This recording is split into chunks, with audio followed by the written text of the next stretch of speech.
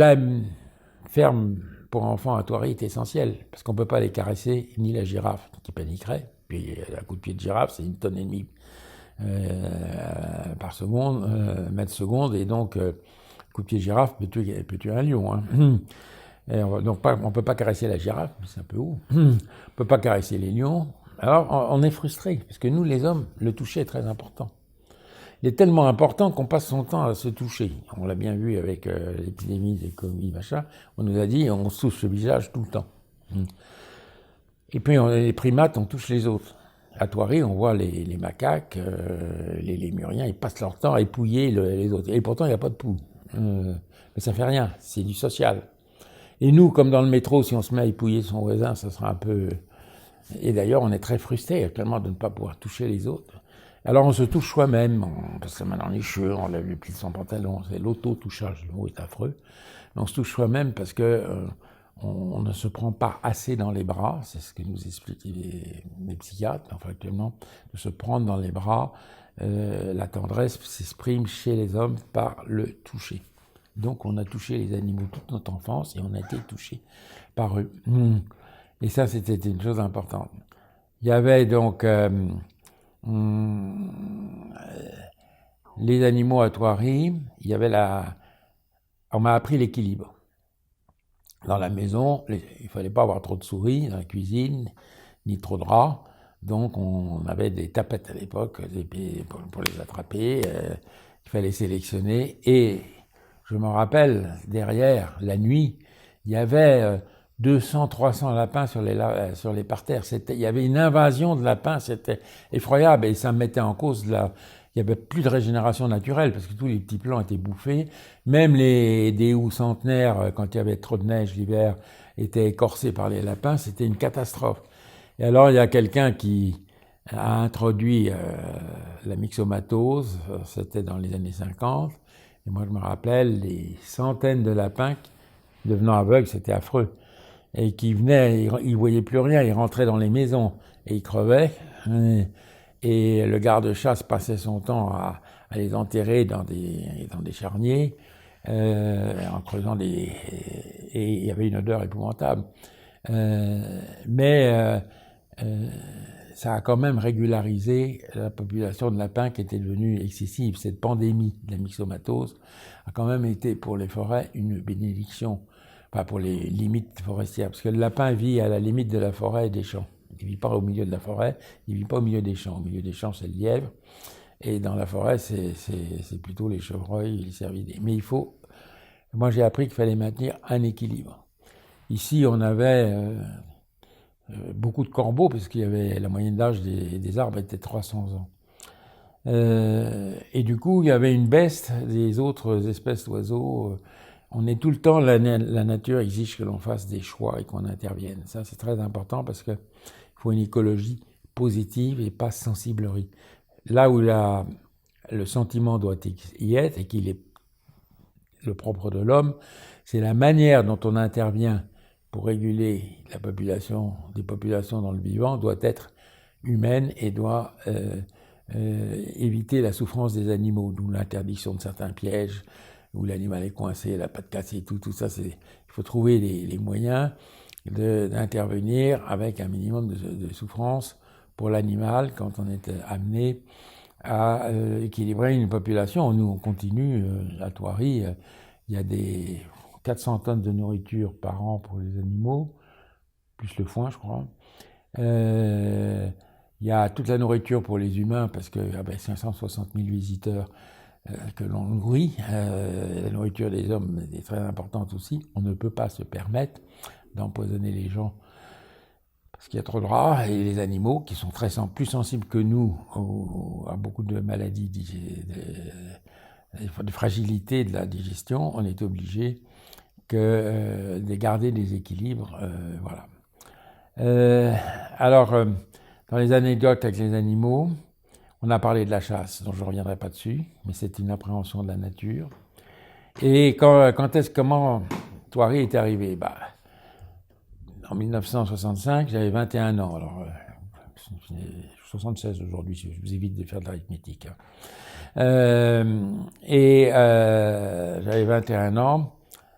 Et je me dis, mes parents vendaient du capital tous les ans pour payer les déficits du château de Thoiry et du château du Colombier qui est dans l'Aveyron.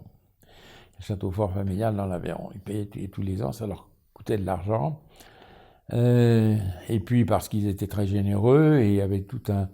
Mon père était conseiller général, il payait une secrétaire ou deux qui travaillait en fait que pour le conseil général. On ne peut pas dire qu'il a pris de l'argent à la collectivité publique, c'était l'inverse. Ma mère avait ses œuvres religieuses, enfin tout ça, ça coûtait très cher. Et j'ai dit à mes parents, vous avez vous la fortune, vous pouvez vendre du capital tous les ans jusqu'à mourir à 100 ans sans être malheureux. Mais nous, on est 4 enfants.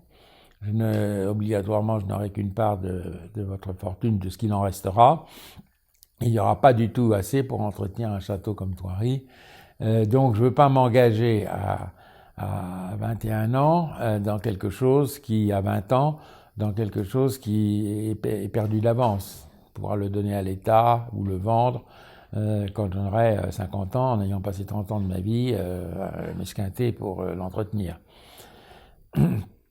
Et alors, j'ai dit à mes parents, on ouvre le château, puis m'autorisez-vous à ouvrir le château, c'était leur maison, au public, pour lui donner une fonction sociale par une activité culturelle, et il y a les sous des entrées, c'est toujours ça, qu'il n'y aura pas besoin de du capital, mais il y a un revenu supplémentaire, parce que les fermes rapportaient rien, presque rien, coûtaient autant qu'elles rapportaient.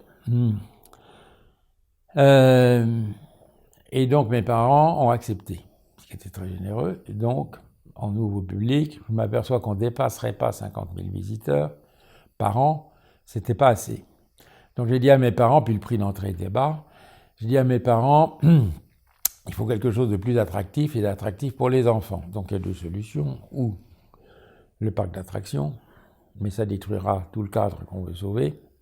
Et en plus, c'est un inconvénient, le jour où Disney ira en Espagne, parce qu'à l'époque, on ne pensait pas que ça viendrait en France. Le jour où Disney viendra en Espagne, on sera obsolète, quoi qu'on fasse, on aura un parc d'attractions qui sera pas à la hauteur. Donc, par contre, les animaux ont deux avantages. C'est en harmonie avec les arbres, et ça ne se démodera jamais, parce que c'est du vivant. Le vivant ne se démode pas. Il s'adapte ou pas, mais il ne se démode pas. Mes parents m'ont dit d'accord. Alors moi, j'avais pas un sou, 20 ans. C'est eux qui m'ont donné les moyens de créer un petit parc zoologique que j'ai fait avec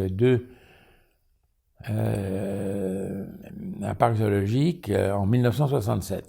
Mais pour créer un parc zoologique, il faut des compétences que je n'avais pas.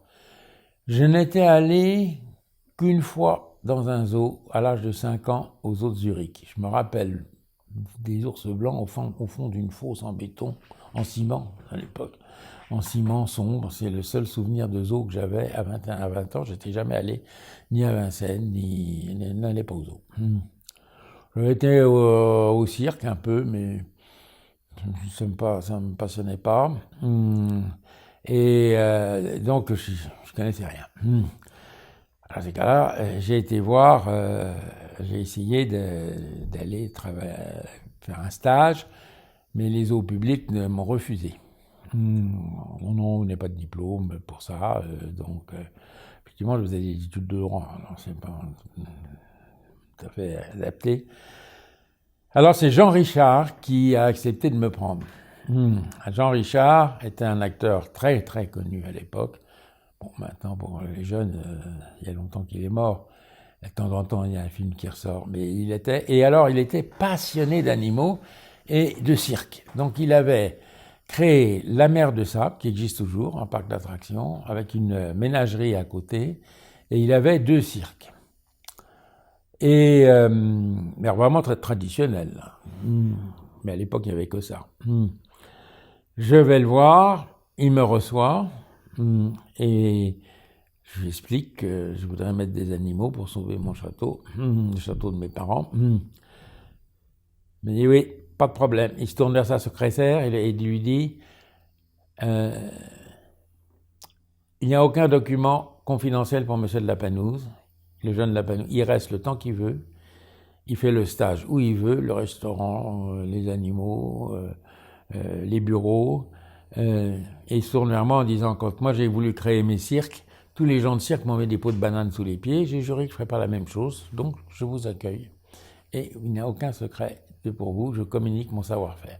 C'était d'une grande générosité, et je tiens à témoigner, parce que dans la vie, on rencontre des gens qui vous aident, et puis il y en a qui veulent votre peau, et on ne sait pas pourquoi, mais ils veulent vous démolir, ils sont contre, et voilà. Là, vous avez des gens. Alors la deuxième personne qui m'a aidé, c'est M. de Mauléon. M. de Mauléon avait créé un parc zoologique à Romorantin qui n'a pas survécu à son divorce, puisqu'il a vendu le domaine, et le parc a été fermé. C'était un officier des fusiliers marins qui avait fait la guerre d'Indochine et autres, un type généreux, impeccable, et même chose que Jean Richard. Il m'a dit, quand j'ai voulu faire mon petit parc zoologique, tout le monde m'a tiré dans l'épée, m'a mis des choses trappes. Vous venez, je vous loge, et vous faites le stage le temps que vous voulez. Donc ce sont les deux chez qui j'ai appris à être en contact séparé avec les animaux en parc zoologique traditionnel. Ce qui fait que j'ai ouvert à Thoiry un petit parc zoologique en 1967 et Jean Richard m'a refilé une éléphante qui boitait, qui pouvait plus faire son numéro dans ce cirque, avec une chèvre pour lui tenir compagnie, parce qu'il ne faut jamais qu'un éléphant soit complètement solitaire, parce qu'il s'ennuie, il déprime. Et je crois que j'avais un couple de lions, et puis quelques animaux, et une fosse à ours, avec 12 ours de races différentes, mélangés dans une grande fosse en ciment traditionnelle avec un bassin où vous pouvez se baigner, 3 mètres de profondeur, parce que j'avais 3 ours blancs, il y avait 4 ours bruns et 3 ours de Tibet. Et puis une ours de Syrie, tous ensemble, qui m'avait été refilée par le zoo de Hanovre. C'était une vacherie parce qu'ils les avaient mis jeunes, ça allait, mais ils se sont dit que quand ils vieilliraient, ils se taperaient tous dessus et que le plus jeune, inexpérimenté que j'étais, ce serait chez lui que ça se passe et pas aux eaux de Hanovre. Il a effectivement fallu que je sépare les ours ultérieurement. Mais 3 ans après, je créais un parc à ours où les ours étaient en liberté et les hommes en cage avant la voiture. On n'était pas encore là. Et alors, le parc zoologique est un succès. Jean Richard organise avec ses copains l'inauguration. Et Jean Richard m'a indiqué 2 personnes qui, dans l'histoire de Thoiry, ont été extraordinaires. Michel Klein, qui vit toujours, il a près de 100 ans maintenant, vétérinaire génial, qui était le vétérinaire de toutes les vedettes, des cirques. Il avait un savoir-faire extraordinaire. Et il y avait un gros cabinet avec plusieurs des vétos. Michel Klein et Dominique Perrin, qui faisaient des galas de l'Union des artistes, le Gaval des Petits Blancs et autres, qui étaient en relation publique de très haut niveau à une époque où il y avait des grandes fêtes qui n'existent plus aujourd'hui.